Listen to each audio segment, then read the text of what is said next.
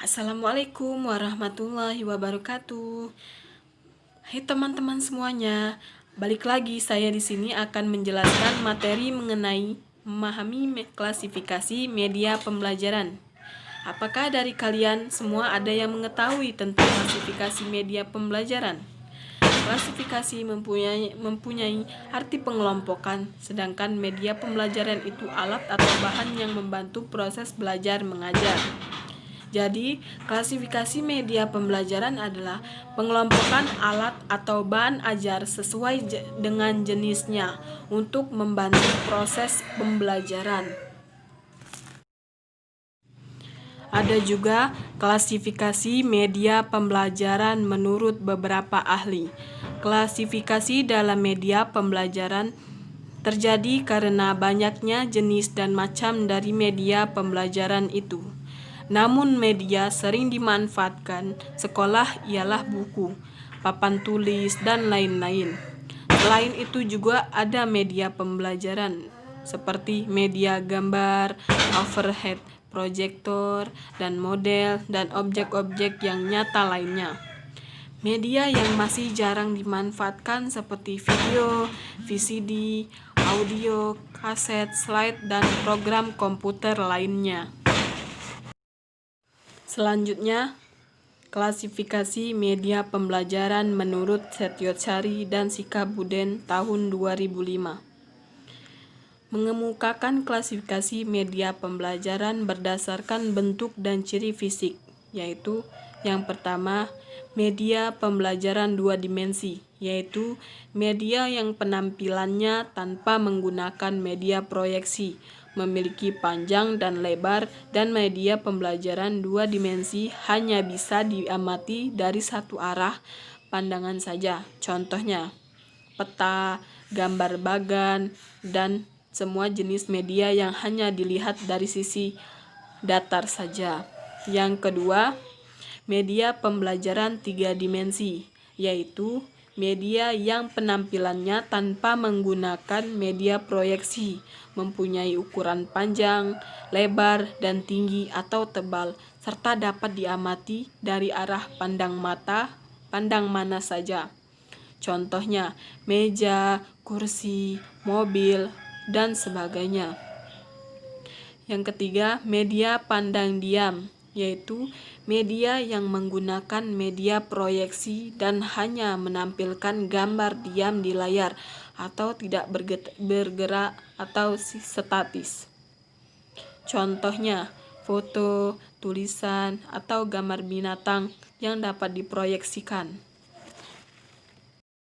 Selanjutnya ada klasifikasi media pembelajaran menurut Sulaiman. Mengklasifikasi media pembelajaran berdasarkan persepsi indera sebagai berikut. Yang pertama, media audio. Media yang menghasilkan bunyi, misalnya audio kaset, tape recorder, dan radio. Yang kedua, media visual, yaitu media visual dua dimensi dan media visual tiga dimensi. Yang ketiga, media audio visual, yaitu media yang dapat menghasilkan rupa dan suara dalam suatu unit media, misalnya film bersuara dan televisi.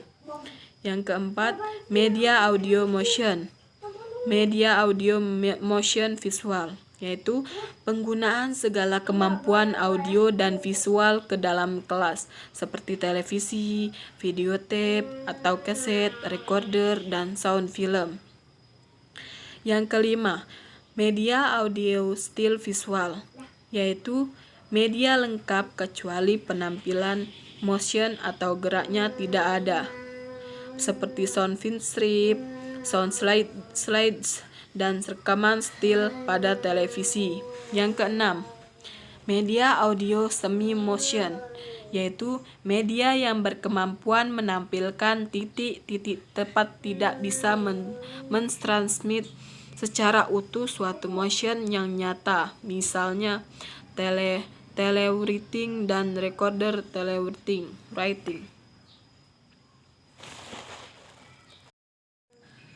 Selanjutnya, ada juga klasifikasi media pembelajaran menurut R. Murray Thomas. Mengklasifikasikan media pembelajaran berdasarkan pengalaman yang diperoleh.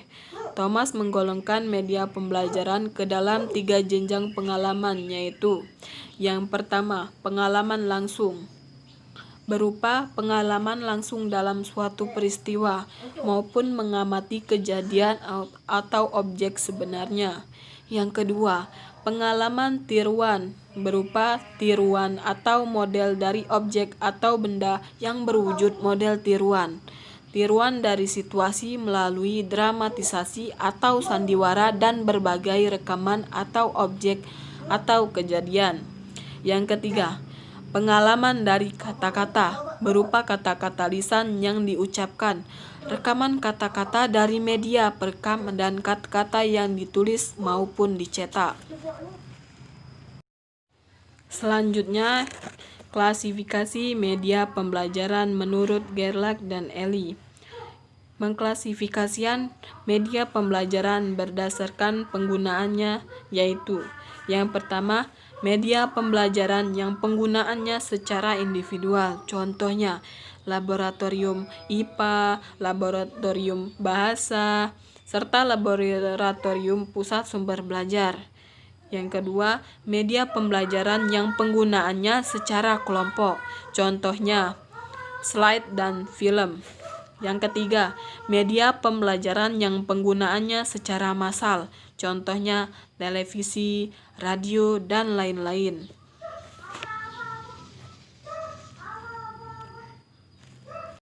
Selanjutnya, ada juga klasifikasi media pembelajaran menurut Rudy Brecht.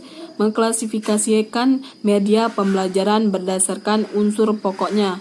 Ia mengklasifikasikan berdasarkan suara visual berupa gambar, garis, dan simbol, dan gerak. Ia juga membedakan antara media siar dan media rekam. Menurut taksonomia, Brecht dikelompokkan menjadi 8 bagian, yaitu yang pertama, media audio visual gerak. Yang kedua, media audio visual diam. Yang ketiga, media audio semi gerak. Yang keempat, media visual gerak. Yang kelima, media visual diam. Yang keenam, media semi gerak. Dan yang ketujuh, media audio. Dan yang terakhir, media cetak. Selanjutnya, ada juga menurut Sujana dan Ahmad Rifai.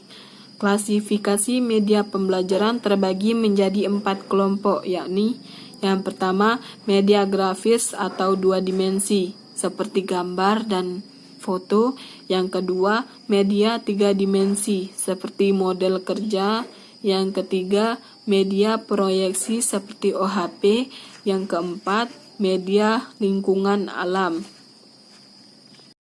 Materi yang terakhir, klasifikasi media pembelajaran menurut Soeparno. Yang pertama, klasifikasi media berdasarkan karakteristiknya dibedakan menjadi yang pertama, media yang memiliki karakteristik tunggal, misalnya radio. Yang kedua, media yang memiliki karakteristik ganda, misalnya TV dan film. Yang kedua, klasifikasi media berdasarkan dimensi presentasi yang dibedakan menjadi yang pertama, lama presentasi yaitu presentasi sekilas, misalnya TV, dan presentasi tak sekilas, misalnya OHP. Yang kedua, sifat presentasi yaitu presentasi kontinu, misalnya TV, dan presentasi tak kontinu, misalnya OHP.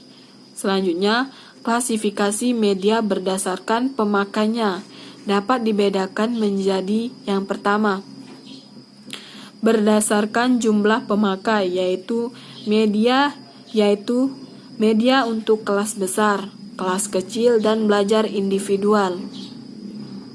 Selanjutnya, berdasarkan usia dan tingkat pendidikan pemakai, yaitu media untuk TK, SD, SMP, SMA, dan PT.